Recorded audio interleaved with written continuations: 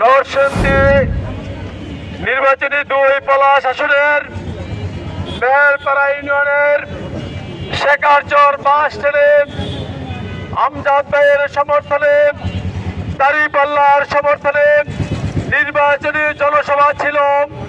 সেই জনসভা শেষ করার পর জনসভাকে মণ্ডল করার জন্য পূর্ব পরিকল্পিতভাবে জামাত নেতা পলাশের এমপি প্রার্থী জননেতা জনাব আমজাদ হোসেনকে তার উপর হামলা করার জন্য তারা প্ল্যান করেছিল। মেহেরপাড়ায় জামায়াতের নির্বাচনী সভায় বিএনপির হামলা, আহত ৩০ জন, প্রতিবাদে মাধবদীতে বিক্ষোভ মিছিল।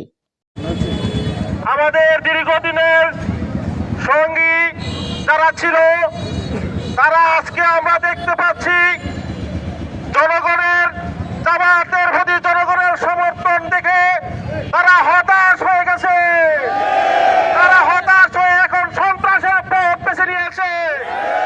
গতকাল আমাদের একটি সমাবেশের মধ্যে শেষ পর্যায়ে অতর্কিতভাবে একদল হায়ানা চাপিয়ে পড়েছিল। আমাদের অনেকগুলি লোক আহত হয়েছেন। আমরা জানতে পেরেছি আমাদের অনেক ভাইদেরকে এখন আমরা খুঁজে পাচ্ছি না।